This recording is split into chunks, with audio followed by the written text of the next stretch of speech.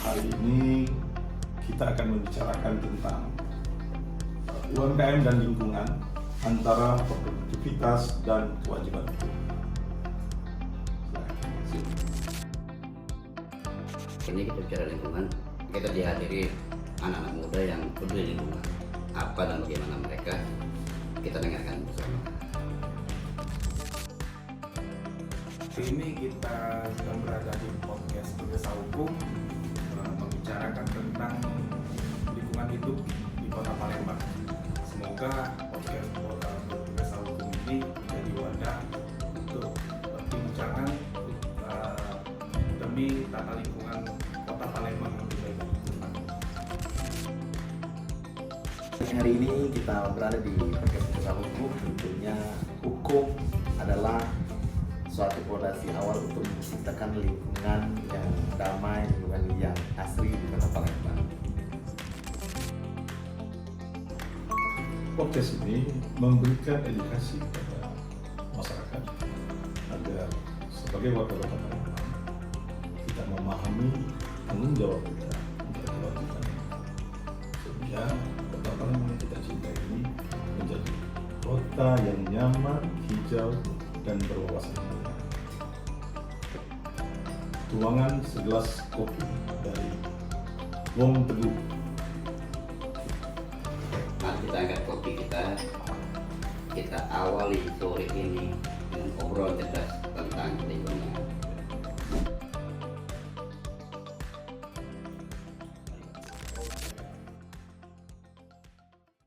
Oke, selamat datang di Bergesa Hukum. Hari ini kami kedatangan tamu yang istimewa, dua anak muda, para mantan mahasiswa, tetapi masih berkecimpung di kemudaan dan aktif di dunia lingkungan. Nah, ini yang ganteng ini berbaju hitam, ini koordinator Aliansi Aksi Pemuda dan Mahasiswa Penyelamat Lingkungan. Oke, Aliansi Aksi Pemuda dan Mahasiswa Penyelamat Lingkungan A2PMPL. Oke. Di sebelah kiri saya ini tidak kalah aktifnya ini di lingkungan. Ini beliau adalah Andika Maulana, Ketua Serikat Hijau Indonesia Moraine. Serikat Hijau Indonesia Moraine. Oke. Hari ini kita akan berbicara tentang lingkungan di Kota Palembang. Ya. Dan tentu co-host kita tidak asing lagi nih, Andreas T. Wong, ya, Mas Teguh. Apa kira-kira yang harus kita tanyakan? Dua pemuda. Aku itu tertarik ya. Aliansi Pemuda Penyelamat Lingkungan. Oke. Apa yang selamat ini nih? Oke. Itu pertanyaan. Ya. Apa yang selamat Apa ini yang nih? mau diselamatkan? Iya, jadi kita harus tahu aura gerakan mereka itu bagaimana. Argumen ini Iya. harus kuat nih. Apa keyakinan mereka sebenarnya? Oke, silakan. Monggo. Silakan. Khusus Kota Palembang kita bicara ya. Ya, kita pandang ya. Kota Palembang.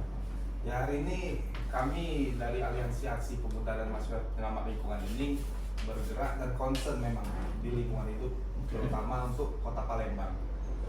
Yang hari ini kita ketahui bersama, Kota Palembang merupakan kota metropolitan di Indonesia ini. Namun pada dasarnya hari ini kita mengetahui bersama Kota Palembang ini masih mempunyai banyak PR, masih banyak PR-PR yang belum terselesaikan untuk Kota Palembang ini.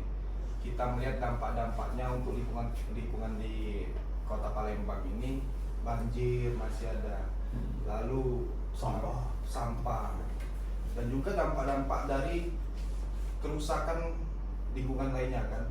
Banyaknya maksud rawa-rawa yang ditimbun ya. Rawa-rawa yang timbul. Terkadang kami juga beberapa kali menyoroti Kota Palembang ini. Mungkin tidak usah kami sebutkan tempatnya atau pelaku usahanya. Banyak pengusaha yang menimbun rawa untuk melakukan usaha mereka itu kan. Namun kan hari ini sudah jelas regulasinya, apalagi adanya perda di Kota Palembang tentang tata kelola lingkungan hidup yang Satu, wajib yang wajib untuk dipenuhi, terutama Perda Rawa itu kan sudah jelas adanya beberapa luasannya yang harus disediakan untuk kolam retensi kan, agar banjir itu tidak terlalu apa maksudnya itu tidak terlalu cepat diatasi lah, jangan sampai ya kita lihat sekarang ini kan di seputaran Palembang ini masih banyak titik-titik spot-spot yang banjirnya itu tidak bisa teratasi dengan cepat kan. Nah, makanya itu kami dari Aliansi Aksi Pemuda dan Mahasiswa Pengamat Lingkungan ini seperti yang ditanyakan oleh Bung Teguh tadi, apa yang diselamatkan ini? Ya kami sebagai anak muda ini kan yang hari ini concern terhadap lingkungan itu ingin menyelamatkan Kota Palembang ini agar berjalan tata kelolanya untuk bisa kita nikmati bersama masyarakat Kota Palembang. Oke. Kita harus tanya juga nih dengan Andika nih. Ya. Sebagai Hijau. Serikat Hijau Indonesia. Apa nih hijau? Mulai ini ya. Ya. Artinya kan kota itu kan memang wajah itu harus agar sejuk itu kan memang harus hijau. Ya. Itu sudah sunatullah. Itu kalau hijau dalam versi tumbuhan. Oke. Ada versi lain. Ada versi lain bro. Oke, jadi dulu jangan jauh. Iya, biar dulu. Kita Siap, ingin siap. dengan Bang Andika ini, Andika Maulana ya. Siap. Itu sebenarnya kalau dari perspektifnya Andika, bahwa untuk menjadi sebuah kota yang hijau sudah layak belum Palembang ini? Ya baik, mungkin gini ya Bang ya. Itu kami ya, mahasiswa pada umumnya para pemuda, kalau kita berbicara tentang bagaimana itu lingkungan hijau, sebenarnya ini adalah investasi masa depan. Nah, kalau kita tidak memikirkan ini dari jauh harinya, ya kemungkinan 10-20 tahun akan datang, maka transformasi kota kita ini kan luar biasa itu. Jadi Palembang ini dalam kajian kami, ya, itu kami juga masih di kampus, ya, kami mengkaji dan selalu menyampaikan aspirasi bahwasanya kota kita belum sampai pada titiknya untuk disiapkan menjadi kota hijau. Kenapa bilang gitu? Seyogianya berdasarkan standar bahwasanya kota hijau itu harus 30% paling tidak Ada ruang lingkup hijau. Ya. Ada ruang terbuka. Ya, ruang terbuka hijau namanya RTH itu. RTH ya. Itu harus dipenuhi sebetulnya. Nah, sedangkan kita lihat pada umumnya ya, berdasarkan faktanya, sudut-sudut kota kita ini banyaknya bangunan-bangunan yang tidak ramah akan lingkungan, gitu kan. Apalagi dengan sistem mungkin drainasenya yang tidak terukur, ya. Banyaknya rawa-rawa yang dijadikan yang awalnya itu mungkin Ditimbun, ya? ditimbun itu kan kalau rawa-rawa semua jadi ditimbun, nanti airnya mana gitu. Rumahnya udah ditimbun. Nah itu, sedangkan sungai bersih kita dengan volume yang seperti itu yang kadang tidak tampung lagi. Akhirnya apa? Ini akan kembali lagi ke rumah-rumah gitu. Jadi ini yang salah satu atensi penuh bagi kami memperjuangkan Palembang ini bakal bisa menjadi kota yang hijau dengan sama-sama kita konsisten ya dari pemerintah yang membuat perdanya dan kemudian masyarakatnya dengan kepatuhan kita terhadap hukum yang diberlakukan gitu. Aku tertarik kalimat investasi. Saya gitu dulu. Tadi kan Bang Andreas tadi kan bilang bahwa hijau itu bukan hanya terkait dengan pohon. Iya. Nah, perspektif hijau di pandangan Mas Teguh sebagai orang budaya itu hijau apa? Untuk sebuah kota itu. Hijau. Ini harus kita minta tanggung jawab Iya, kan? aku tertarik tadi kalimatnya investasi. Ya. Hijau tuh banyak, ketertiban tuh hijau. Ketertiban itu hijau kan. Ini literasi ini baru nih. Ini coba Nah, dijelaskan. ini saya jelaskan. Oke. Ya pasti ada pijakan kan? Iya. Pijakan diksi bahwa ketertiban itu adalah hijau. Diksinya tuh diksi Nah, itu mungkin tidak nyampe orang. tentu ada contoh gini. Ada didukung oleh data empiris terkait dengan ada sebuah lembaga atau aturan hukum yang mengatakan bahwa tertib itu adalah hijau. Itu dari mana itu? Atau ini adalah ide dari Mas Teguh sendiri? Ini pemikiran awal ya. Melihat sesuatu yang hijau. hijau itu kayak selain keindahan, sejukan, bukan tadi dari awal bukan kita tanam pohon. Hasil dari penanaman pohon tadi, lingkungan yang sejuk, indah, tertib itu hijau, Pak. Pasti. Nah makanya dia bilang tertib itu jadi menghasilkan hijau. Kalau kita tidak tertib, tidak taat aturan, tidak akan nemu kita hijau tadi. Rawa salah gunakan, ruang publik disalahgunakan atau tidak tepat aturan, bagi mereka mendapat hijau. Jadi syarat hijau itu tertib dulu, Pak. Syarat hijau itu ada Tertib dulu. ketertiban. Jadi kalau dia tidak tertib, Nggak akan bisa tidak akan dapat. muncul Nggak hijau. akan bisa dapat. Artinya tidak akan muncul yang namanya apa tadi taman kota atau kota Ya, tadi yang taman dipenuhi hijau. dengan pohon-pohon. Ini filosofis sekali. Ini kemampuan berpikir sangat filosofis sekali. Oke, sekarang kita kan berbicara tentang UMKM dan lingkungan dan antara produktivitas dan kepatuhan terhadap hukum. Kita lihat sekarang, kota Palembang ini adalah kota yang sudah sangat tua dan terkenal dengan kota perdagangan, kota heterogen, ya kan? Paling tua di Indonesia. Ya, dan juga menjadi salah satu ibu kotanya kerajaan tertua di Indonesia dan besar sekali kan, dan juga menjadi pusat pendidikan. Kota Palembang sendiri kan tidak punya tambang, tidak ada yang bisa direkrut dari situ selain dari jasa pariwisata dan perdagangan. Nah, salah satu yang menghiasi kota itu adalah UMKM. Apakah teman-teman melihat UMKM itu bagian dari memperindah kota dan menghasilkan PAD, Ya. atau seperti apa? Saya ingin dulu dari Bung Said.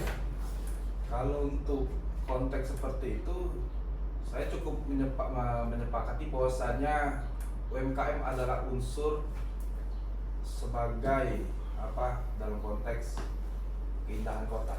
Karena kenapa? Jika ramai kotanya, aktif kotanya, dan produktif kotanya, menurut saya itu juga menjadi bagian dari keindahan untuk kota Palembang tadi. Dan tentunya dari di balik hal tersebut juga kita bisa juga dapat merasakan investasi-investasi untuk masyarakat kota Palembangnya, terutama untuk penambahan PAD di kota Palembang. Itu menjadi syarat penting untuk pertumbuhan ekonomi kota Palembang kan. Nah, namun kembali lagi pada konteks lingkungan hidupnya, para penggiat UMKM ini juga harus tertib akan regulasi dan juga jangan sampai melewatkan apa yang sudah ditetapkan kan regulasinya kan. Mekanismenya jangan dilewati seperti itu. Seperti contoh kecilnya kita melihat hari ini kan adanya limbah-limbah yang masih berserakan, limbah-limbah yang pembuangannya itu tidak diolah dulu sehingga langsung membuang kepada selokan umum kan. Jangan sampai seperti itu, karena itu bisa menyebabkan pendangkalan dari selokan tersebut kan, selokan kecil itu menurut saya. Oke. Mas Teguh, ini kita bicara tentang UMKM lagi nih. UMKM dan lingkungan itu kan sangat korelatif sekali nih. Selalu bahwa UMKM itu selalu dimarginalkan dan selalu tertutup, ya kan? Dalam konteks ketika orang bicara tentang keindahan kota. Mas Teguh selama ini yang sering berinteraksi dengan teman-teman UMKM dan punya ide liar biasanya tentang UMKM itu, saya ingin sebagai co-house ini, Jadi, itu memberikan perspektifnya nih. UMKM usaha kecil apa? Usaha kecil, Mikro kecil menengah. mikro kecil menengah. Kita lihat dulu, banyak orang mengidentifikasi UMKM itu tidak beda jauh dengan pedagang kaki lima. Bisa jadi. Bisa jadi kan cara pikirnya kan? Ya. Yang jual bakso, jual apa segala macam. Yang suka memakai ruang publik, Nah, trotoar segala macam. Itu banyak kan? Mereka tiba-tiba ada di trotoar, ada di mana, begitu nanti ditertibkan ribut. Ya, seperti kata tadi, UMKM itu bagian dari keindahan kota. Kalau dia tertib, saya filosofi awal tadi hidup itu tertib. Nah, sekarang bagaimana pemerintah mengatur regulasi UMKM tadi? Apa sih rambu-rambunya? Apakah setiap kita ingin berdagang seperti ini butuh lisensi khusus dari pemerintah kota? Jadi mereka mendapatkan coding, ini nomor sekian, hasilnya dapat nomor seri lah, kayak itu selain dapat BG. Ya. BG sekian ini zonanya di Pelaju, BG sekian ini zonanya di Nama Sile, BG ini zonanya di daerah mana. Jadi tempat ruang mereka berdagang pun tertib. Nah, Terus kenapa tertib? Setelah mereka terverifikasi sebagai pedagang kaki lima, PAD bisa diukur. Nah, tertibkan dulu pelaku ini, dan pelaku dia harus sadar juga kalau mau ditertibkan. Jangan nanti mengeluh, selokan mampet, banyak sampah, kalau mereka sendiri yang buang sampah diselokan. Pemerintah kota disalahkan. Saya rasa mungkin sepakat di periode sekarang pemerintah yang sekarang ada ini lagi getol-getolnya merapikan kembali tata ruang kota Palembang. Nah, kita harus support. Kita harus support semangat beliau pemimpin yang sekarang untuk merapikan kota. Kembali kepada dia tadi, investasi. Oke. Kalau tidak kita rapi ke depan kita jadi. Ya, Andika. Jadi dua perspektif yang disampaikan oleh ya. co-host tadi dengan Said tadi sebagai ketua Serikat Hijau ya. Apakah memang sebagai pelaku usaha mikro ini kan orang-orang ini dari sisi akses permodalan, akses ke pemerintah, ya kan, akses pendidikannya, mereka kan memiliki keterbatasan yang sangat sangat apalah ya, marginal ya.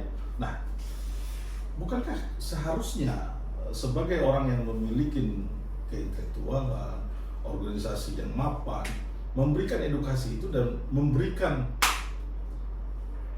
pengetahuan kepada para pelaku usaha UMKM itu. Nah, bagaimana tekniknya? Teman-teman biasanya di Serikat Hijau. Ya. Ini Bang ya. Tentunya tadi ya sesuai apa yang kami katakan di awal tadi, bahwasanya kita menciptakan lingkungan yang damai, yang hijau itu lagi-lagi bagaimana kolektivitas kita itu seluruhan itu berkesinambungan. Nah, begitupun kita para intelektualnya ya, bukan hanya pemerintahnya saja, kita juga memberikan bagaimana kalau bisa dikatakan itu pelatihan terhadap para UMKM itu. Karena seperti yang abang bilang tadi, bahwa kalau kita melihat latar belakang para penggiat pelaku UMKM ini kan, kalau dari segi pendidikan kadang ya mereka ya, jenjang pendidikannya itu bisa diukur kayak gitu kan. Ya tentu ya para mereka ini harus diberi pengetahuan khusus dan bimbingan khusus seperti itu. Jadi kalau saya lihat dari pemerintah sekarang juga sudah memberikan perhatian penuh kebutuhan terhadap para penggiat UMKM. Senada dengan itu juga di pusat pun seperti itu. Yang paling digencarkan adalah bagaimana UMKM ini mandiri secara modal. Juga tadi yang paling penting ialah mereka ini tertib dalam aturan dan bukan menjadi simbiosis yang parasit lah ya bagi di penataan kota. Karena sering kita lihat itu kalau di media-media itu para UMKM-nya seperti Bang Teguh bilang tadi kan diangkut oleh Satpol PP. Ini kan pemerintah sendiri yang melakukan itu. Nah, jadi ya kami juga konsisten ya untuk peran kami para mahasiswa dan para pemuda itu apabila pemerintah juga ingin berkoordinasi dengan kami dalam untuk memberikan pengetahuan, itu kami selalu siap. Dan sebelumnya kami juga memberikan sedikit demi sedikit bagaimana untuk menertibkan ataupun memberikan pengetahuan terhadap para pelaku UMKM itu, Bang. Oke, sekarang kita masuk ke penindakan hukum. Artinya bahwa negara ini memang sudah bisa merangkap undang-undang nomor 32 ya tahun 2009 ya. Terus PP nomor 10 dan nomor 22 tahun 2021. Nah, artinya apa? Secara aturan, secara hukum bahwa lingkungan memang harus diselamatkan. Kan gitu. Negara sudah memberikan batas itu. Tetapi ada satu hal yang kita juga melihat bahwa keteraturan, ketertiban itu tentu tidak berdiri sendiri. Harus semua pihak itu harus terlibat di dalam menciptakan itu. Iya kan gitu. Dan bahwa setiap organisasi yang ada, baik di bidang lingkungan, ya kan, dia memiliki hak koreksi terhadap hal-hal tersebut. Tetapi dia juga punya tanggung jawab moral juga memberikan edukasi itu. Edukasi dan advokasi. Ya. Dan advokasi itu ketika di dalam memberikan sebuah koreksi, dia harus punya landasan data yang kuat, ya kan? Jangan sampai organisasi-organisasi yang tumbuh itu terkesan atau menciptakan ketakutan-ketakutan. Ngopi dulu, jangan ada dulu. Tajamnya. Oh, tajamnya. Oke. Ini karena bicara hukum harus tajam. Setajam itu. Jangan nanti tajamnya ke bawah. Ya itu, jangan sampai tajam itu terlalu ke mulut Iya, dia harus ke atas. Karena sepakat ya, bagaimanapun juga hukum sebagai panglima harus jalan. Seperti filosofi orang hukum. Kita, warga negara, warga masyarakat atau warga kota, ya harus tahu rambu-rambu. Pemerintah kota juga harus tahu rambu-rambu. Apa sih rencana kota? Sampai ada rencana kota itu pada masyarakat. Benar kan? Apa? Rencana tata ruang namanya. Ya. Nah, rencana tata ruang ini nyampe tidak informasi ke masyarakat? Pernah nggak pemerintah membukakan topografi kota ini pada masyarakat? Agar masyarakat seperti rekan-rekan kita mahasiswa atau pemuda ini, dia tahu ini topografi Palembang loh. Oh, ternyata kota Palembang itu seperti ini. Nah, jadi ada basic berpikir yang sama. Semacam fantasi bahwa kota kita itu seperti ini. Bukan setiap orang memiliki angan-angan atau memiliki pemikir kota itu harus seperti ini. Tetapi kota itu sudah seperti ini. Berapa usianya sekarang? 27. Masih setahun di usia kita. Kamu tahu nggak? Kalau Palembang ini kota yang tidak akan lepas dari banjir. Makanya orang Palembang nggak pernah bilang banjir, tergenang. Karena kita memang berada di daerah genangan air. Ya, betul. Kita bukan di daratan. Bukan di daerah tinggi, kita ada di daerah genangan air. Kita ini yang menginvasi air. Jadi kalau air minta balik haknya, ya jangan komplain. Dia balik ke rumah dia. Nah, filosofi lama yang rumah panggung segala macam kita sudah abaikan dengan rumah datar, rumah timbun. Nah, inilah sebenarnya perbincangan kita ini sebagai teman-teman yang konsen di bidang lingkungan dan harus memahami tentang lingkungan kita sendiri. Kita jangan sampai gini loh. Kita nih jangan sampai kita berada di lingkungan air, tapi kita berangan-angan kita ini ada di atas gunung. Lingkungan yang kering. Di atas gunung gitu. Nah, kebijakan pemerintahan kota seharusnya bisa didorong oleh teman-teman mahasiswa. Iya, yang punya kemampuan waktu dan banyak untuk berpikir. Iya, artinya apa? Mendorong agar kebijakan itu mengarah kepada pembangunan yang berbasis kepada air. Kan seperti itu. Betul. Sehingga tidak menghilangkan karakteristik dari daerah itu sendiri. Nah, itu sudah dilakukan belum oleh teman-teman kita ini? Nah, itu jadi pertanyaan. Jadi tantangan itu sudah ada belum ke arah sana? Nah, gitu. Jangan ribut banjir terus. Iya, jangan ribut banjir terus kan gitu. Kasihan pemerintah, habis-habis.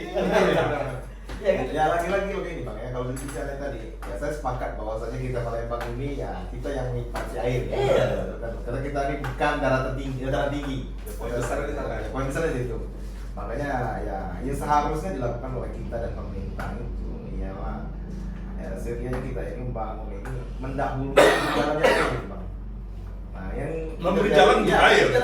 Hak air dahulukan, hak air juga jalan, haknya air. Karena kita perhatikan setiap pembangunan itu banyak perumahan-perumahan itu ya untuk air tadi itu sangat sedikit sekali tuh.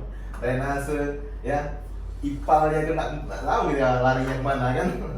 Nah ini yang harus digalakkan ya, peraturan perdanya mungkin yang harus apa ya di Penerapannya juga seperti itu.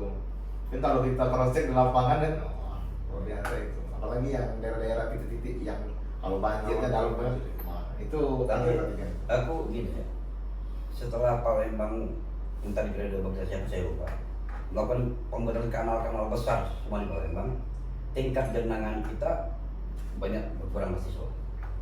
Kalau misalnya di eranya Pak Edi sana ya, yang mulai membangun kanal-kanal besar mengenai Sungai Bendung, jadi haknya air diberi ruang. Cuman apa yang dicapai pada periode beliau kan belum maksimal.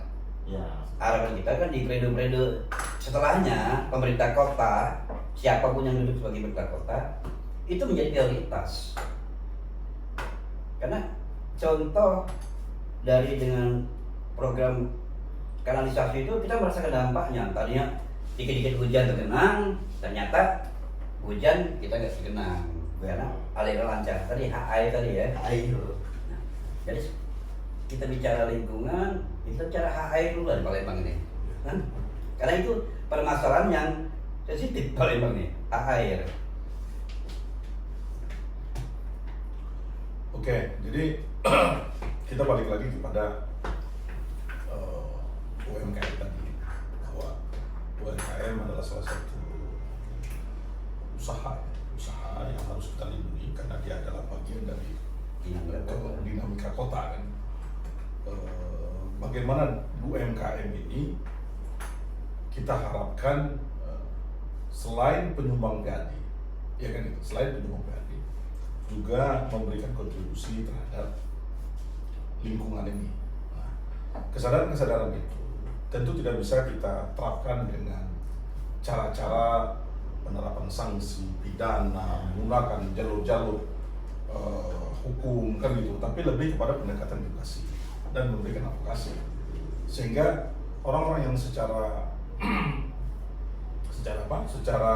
pendidikan, permodalan, akses kepada aturan mereka tidak bermain, malah terjebak di situasi yang semakin sulit ketika dia dilakukan penerapan terhadap aturan-aturan yang dia sendiri sebenarnya bukan tidak paham, tapi akses untuk ke sana dia tidak sampai. Nah, peran ini sebenarnya yang bisa dilakukan oleh teman-teman dari mahasiswa. Apakah peran-peran seperti ini sudah mulai dibidik oleh teman-teman yang bergerak di bidang lingkungan hidup ini? Untuk peran tersebut ya kami sejalan dengan apa yang kami dorong beberapa kali dari giat aksi kami, terutama kan kami juga di situ menjalankan peranan kami untuk mengedukasi masyarakat terutama, karena hari ini juga kita tidak bisa melihat sisi dari UMKM itu mereka bersalah, itu tidak bisa. Kita juga harus melihat sisi dari perspektif lain bahwasanya pemerintah Kota Palembang hari ini sudah menjalankan belum edukasi terhadap masyarakat kan, khususnya untuk kawan-kawan di UMKM itu tersebut. Jangan sampai kawan-kawan UMKM ini yang ingin menciptakan lapangan kerja terutama untuk masyarakat Kota Palembang kan, untuk menciptakan PAD untuk Kota Palembang juga, mereka terbatas akses tadi seperti yang dikatakan oleh Bung Das tadi.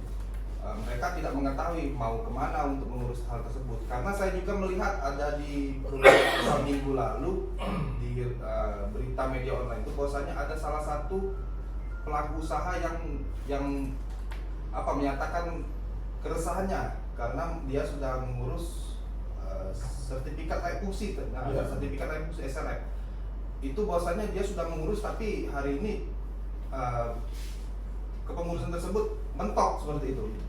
Jadi pemerintah Kota Palembang hari ini juga harus membuka akses, membuka jalan, jangan sampai jalan yang mereka sudah mengikuti regulasi tersebut, mekanisme yang sudah berjalan, jangan sampai dibatasi. Ya, jika mereka sudah berjalan sesuai aturan, sesuai rules-nya, Ya sudah diselesaikan Dipermudahkan. saja, dipermudahkan, jangan dipersulit lah. Seperti Artinya itu. ada keinginan kita wacanakan secara bersama sebenarnya, artinya bahwa teman-teman UMKM yang berusaha di sektor UMKM itu, bahwa negara pun sebenarnya itu memberikan kemudahan-kemudahan itu, tetapi kadang-kadang informasi itu tidak sampai, ya.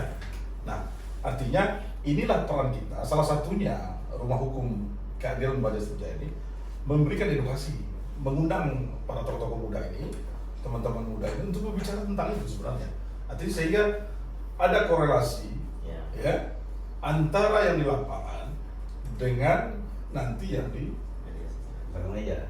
iya, sehingga kemudahan-kemudahan yang disampaikan oleh Bung Said tadi itu akhirnya terrealisasi, sehingga kebijakan yang dibuat oleh pemerintah kota itu benar-benar clear dan memudahkan akses yang didapatkan oleh para pelaku usaha UMKM. Sederhana lagi ini kan. Ini kan dibangun kota kolaborasi. UMKM ngerti peran dia, ngerti role-nya, pemerintah ngerti perannya, ngerti role-nya, para aktivis ngerti perannya, ngerti role-nya, semua saling berkolaborasi dengan tujuan bersama menciptakan kota Palembang. Dan kita lihat sekarang ini memang pemimpin Pak Dewa dengan Prima Salam, Pak Prima Salam, artinya sering kita lihat dia turun ke bawah dan berjumpa dengan para kalangan UMKM, dan kita lihat memang yang kita perhatikan kan, artinya dia tidak melakukan penindakan, tetapi melakukan penertiban. Ya. Nah, ini yang kita dorong agar lebih efektif lagi. Satu itu. Yang kedua, agar usaha mereka ini Tidak sia-sia. tambah maju dengan turunnya itu, menjadi apa? Semakin terkenal, apalagi di post ke YouTube dia kan, Jadi sekarang ke Instagram dia. kita bicara sederhana aja, seperti pemikiran dia juga. Kalau semuanya tertib, nyaman nggak kita? Pasti. Nyaman kan? Itu Nyaman. hilirnya. Itu kan? Hilirnya itu tertib. Idealnya di situ kan? Iya. Terima tertib UKM-nya, tidak asal tarik tenda, tapi ada model-model tertentu yang dibikin di booth-booth atau gerai mereka. Sebuah keindahan tersendiri. Ya. Oke. Elemen-elemen pariwisata bisa masuk semua. Betul. Orang kunjung Palembang, asik loh. Kita makan bakso di sana aja, makan di situ. Tempatnya asik, sekalipun di pinggir jalan atau di pelataran, asik dan indah. Dan itulah tugas kita bersama, dan kita dorong pemerintah untuk membuat kebijakan itu sehingga kita orang-orang yang peduli dengan Kota Palembang bisa masuk dan ikut meramaikan, ya kan, ikut meramaikan hal tersebut. Oke. Sekarang waktu sudah habis. Tutup dengan kopi lagi. Iya. Kalau bicara sama beliau nggak habis. Energinya panjang saya. Itu. Andika. Saya- Tapi kalau mau bicara di belakang panggung nanti, dia akan siap nanti tetal 2. Nanti itu politik lagi. Oke, kita tutup dulu ya. Oke, tutup. Oke, berakhir juga. Obrolan singkat kita. Kami berkesah hukum, tetapi yang kami bicarakan lingkungan hidup. Mudah-mudahan ini ada perspektif dari penonton dan bergesah hukum.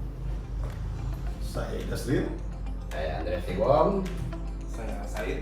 Saya Andika Maulana. Wabillahi taufiq wal hidayah. Wassalamualaikum warahmatullahi wabarakatuh.